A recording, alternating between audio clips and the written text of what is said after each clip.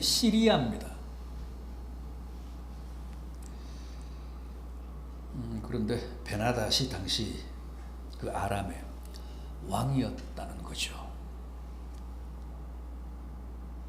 오늘 본문에 나오는 베나닷은 베나닷 2세입니다. 베나닷 1세도 아람 왕의 아버지, 아합 왕의 아버지 오므리 왕 때 이미 이스라엘을 침공해서 이스라엘 국경지대를 많이 차지했습니다. 아람이, 베나닷이. 아람은 여러 개의 작은 지역 국가, 부족 국가를 이루고 있었는데 그랬기 때문에 왕이 많았습니다. 아람에는. 그런데 그 중에서 판도가 가장 컸던 다메섹 지역을 지배하던 베나닷 왕이 주도권을 쥐고 다른 모든 군주들을 거느리며 조공과 또 군비를 상납받고 있었습니다. 그래서 1절을 보면 베나닷이 군대를 다 모으니 왕이 32명이나 됐다고 하잖아요.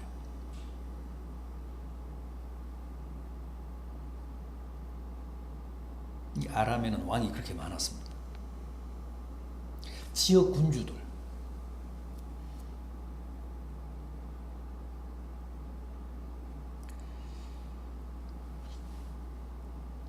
이제 베나닷이 전국에서 군인들을 다 소집하고 또 군주들까지 다 부족 국가의 왕들까지 다 소집령을 내려서 집합시킨 겁니다. 그래서 왕이 32명이나 됐다는 거예요.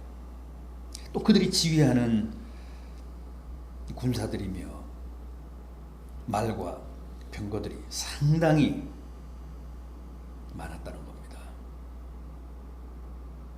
베나닷이 그들을 이끌고 의기양양해서 이스라엘을 침공했고 당시 북이스라엘의 수도였던 사마리아를 포위했습니다. 그리고 사자를 성 안에 들여보내서 아합 왕에게 이렇게 협박합니다. 우리가 함께 본 3절을 보십시오. 내 은금은 내 것이요 내 아내들과 내 자녀들의 아름다운 자도 다 내 것이다. 이런 불한 땅이 어디 있습니까? 겁에 질린 아합 왕이 뭐라고 답합니까? 이어지는 4절을 보십시오. 내 주 왕이여 왕의 말씀같이 나와 내 것은 다 왕의 것입니다.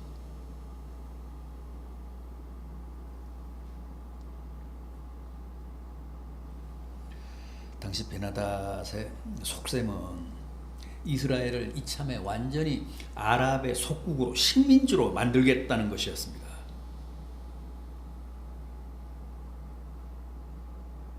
그래서 이스라엘의 금과 은은 다 내 것이고 또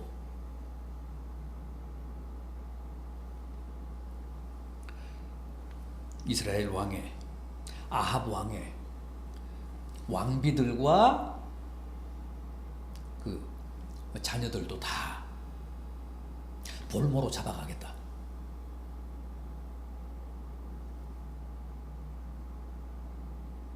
그럼에도 아합 왕을 보십시오. 내 주 왕께서 말씀하신 것처럼 저의 모든 은금은 다 당신의 것이고 내 아내들과 자식도 다 당신의 것입니다. 그저 원하시는 대로 가져가십시오. 처분대로 하십시오.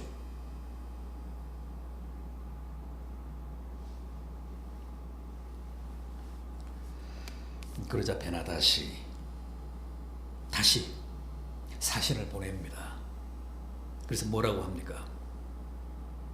6절을 보십시오. 내일 이맘때에 내가 내 신하들을 내게 보내리니 그들이 내 집과 내 신하들의 집을 수색해서 내 눈이 기뻐하는 것을 그들의 손으로 다 잡아가리라.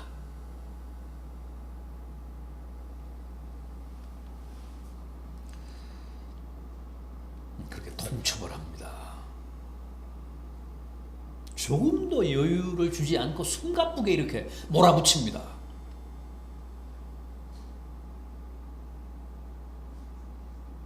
베나다드 왕의 그 위협과 공갈 앞에서 잔뜩 겁에 질린 아합 왕이 급하게 백성들의 장로들, 원로들을 소집해서 지금의 사정을 얘기합니다. 저 아람의 베나닷이 이 사마리아를 포위하고 금과 은이며 내 아내 자식들까지 다 내놓으라고 하니까 이 일을 어찌하면 좋겠어. 장로들이 뭐라고 합니까? 8절을 보십시오. 모든 장로와 백성들이 다 왕께 아뢰되 왕은 듣지도 말고 허락하지도 마십시오.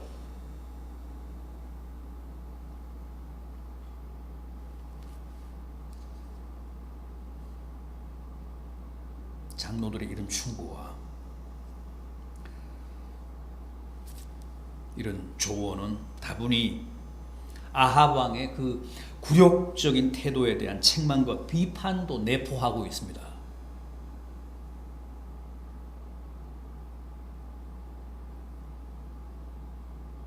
그건 사실입니다. 아합 왕의 허약하고 비굴한 처신이 아람 왕 베나닷의 길을 더욱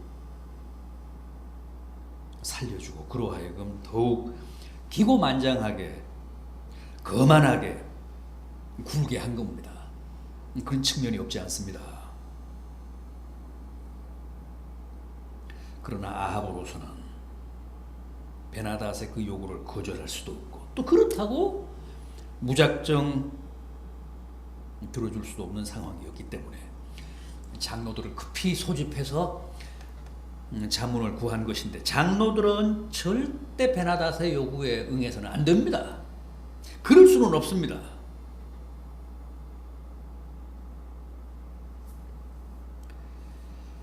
당시 장로들이 왜 그렇게 말했을까요? 왜 그렇게 조언했을까요? 왜 베나닷의 요구를 거절하라고 했을까요?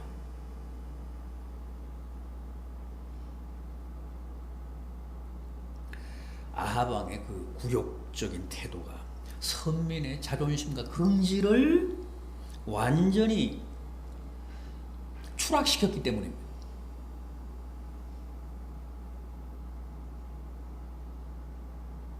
따라서 베나닷의 약탈과 만행을 가만히 앉아서 지켜보고 있을 수만은 없다는 겁니다. 차라리 죽기를 각오하고 저항하고 맞서서 싸우는 게 당당하고 떳떳하다는 거예요.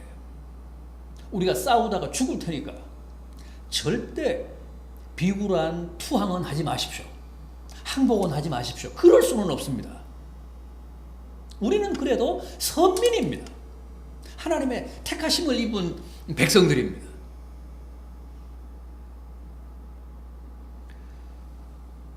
이방인에게 그렇게 모든 걸 내줄 수는 없습니다.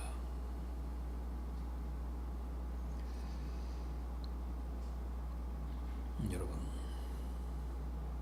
우리도 그렇습니다. 보면 믿는 자로서의 자존심과 긍지를 때로 너무 쉽게 너무 허무하게 포기합니다.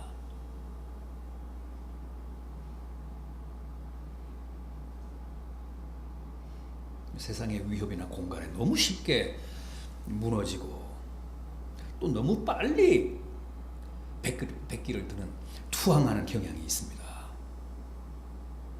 그런데 그런 비겁하고 비굴한 태도와 처신은 절대 신앙적이지 않고 성서적이지 않다는 거예요.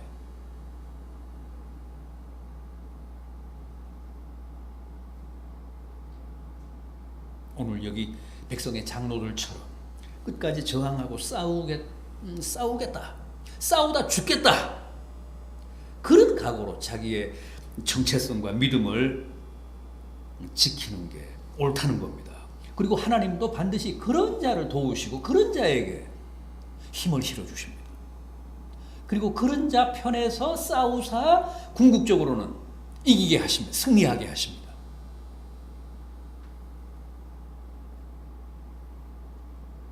절대 지레 포기하고 싸워보지도 않고 최선을 다해보지도 않고 패배를 선언하는 어리석은 자는 돕지 않으십니다. 보십시오.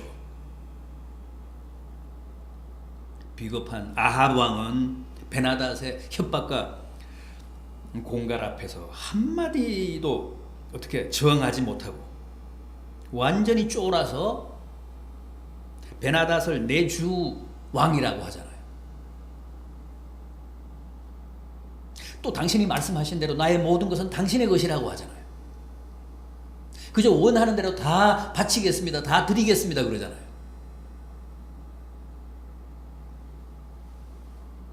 절대 믿는 자는 이래서는 안 된다는 겁니다. 하나님을 아버지로 섬기는 자들은 절대 이런 추태를 보여서는 안 된다는 거예요.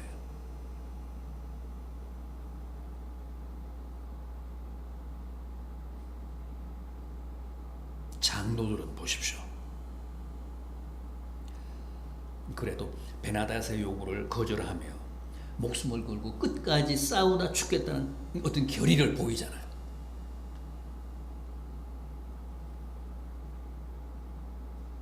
차라리 하나님의 택함받은 백성으로서의 자존심을 지키다가 영예롭게 죽겠다는 거예요. 우리가 다 그 길을 택할 테니까 당신은 절대 베나닷의 요구에 굴복하지 마십시오. 항복하지 마십시오.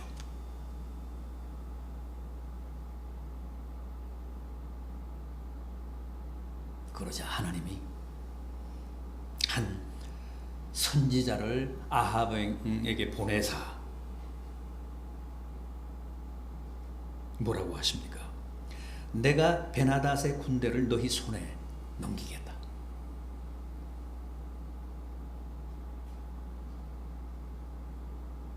그래서 급하게 각 지방 고관들의 청년들을 비롯해서 백성들을, 장정들을 소집해서 군대를 편제합니다. 그러나 급조된 이스라엘의 전력은 사실상 아람 군대에 비하면 보잘것없었습니다. 일반 병사가 7천, 고관들의 자제가 232명, 합의 7,232명에 불과했습니다. 거기에 비해서 적은 베나닷의 군사들은 최소한 10만입니다.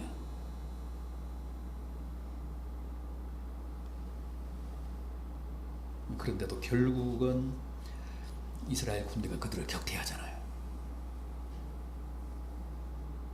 13절 말씀 다시 보십시오. 우리가 함께 본 13절 말씀. 한 선지자가 이스라엘의 아합 왕에게 나아가서 이르되 여호와의 말씀이 내가 이 큰 무리를 보느냐? 내가 오늘 그들을 내 손에 넘기리니 너는 내가 여호와인 줄 알리라.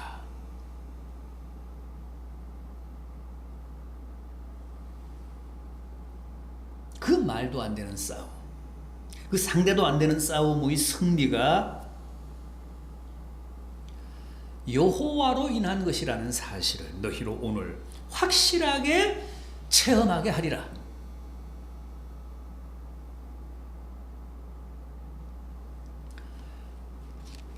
(16절) 이하를 쭉 보십시오.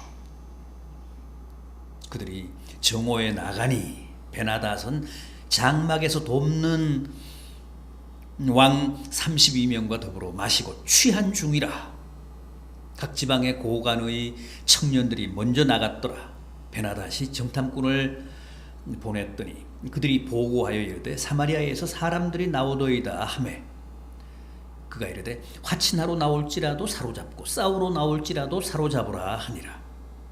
각 지방 고관의 청년들과 그들을 따르는 군대가 성읍에 나가서 각각 적군을 쳐 죽이매 아람 사람이 도망하는지라. 이스라엘이 쫓으니 아람 왕 베나닷이 말을 타고 마병과 더불어 도망하여 피하니라. 이스라엘 왕이 나가서 말과 병거를 치고 또 아람 사람을 쳐서 크게 이겼더라. 사무엘상 14장 6절을 보면 여호와의 구원은 사람의 많고 적음에 달리지 아니하였느니라 그러는 말씀이 나옵니다. 정말 이 전쟁이 그랬습니다. 수적으로는 비교할 수도 없었는데 하나님이 함께 하시고 하나님이 적들을 이스라엘의 손에 넘기시자 처음부터 일방적인 전세가 연출이 됐습니다. 적들이 저항도 하지 못하고 일방적으로 당했습니다.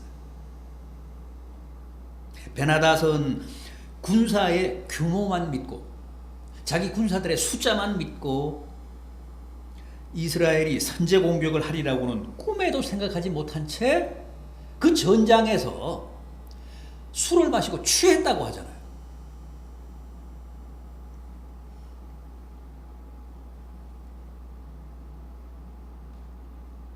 지금 이스라엘 쪽에서 사마리아 쪽에서 군사들이 움직입니다 하고 그 보고를 했는데도 안이하게 아마 화친을 하려고 나오는 군사들일 것이다. 항복하기 위해 나올 것이다. 그러나 그들을 용서하지 말고 다 생포하라. 아주 자신만만해 했습니다. 이스라엘을 맞붙어 싸울 상대로 쳐주지도 않았다는 거예요.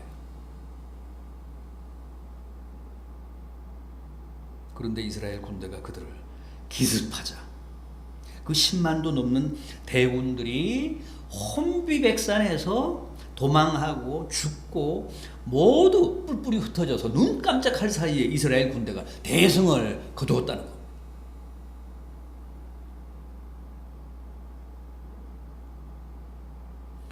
여러분, 하나님이 함께 하시지 않으면 10만, 20만 군대도 반드시 패합니다. 군인의 숫자와 첨단 군비만 믿고 오만과 자만으로 전쟁에 임하면 그 군대는 반드시 자멸합니다. 그러나 비록 군대가 작아도 군비가 미약해도 하나님께 의지하여 하나님의 도우심으로 전쟁하면 오늘 본문의 이 이스라엘처럼 작고 물어보나 열세였던 군대가 오히려 크게 이긴다는 게 성경의 가르침입니다.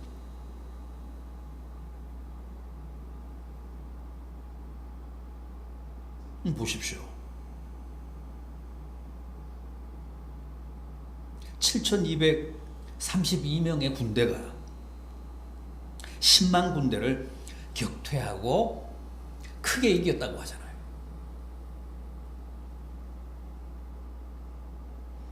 이게 바로 우리 믿는 자들의 승리의 비결이고 소수 우리 믿는 자들의 이김의 비법입니다. 절대 다수의 세상 군대를 물리치는 성경의 전술입니다.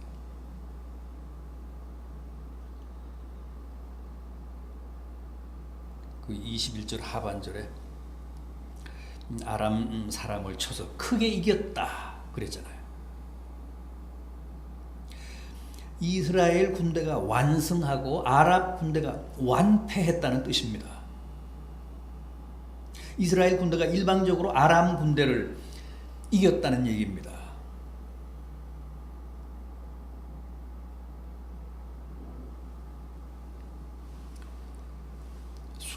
수적인 열세에 있었던 이스라엘 군대가 아니라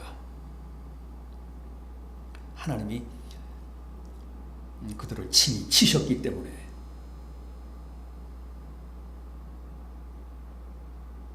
제대로 대항하거나 교전도 한번 벌이지 못하고 아람 군대가 다 죽임을 당하거나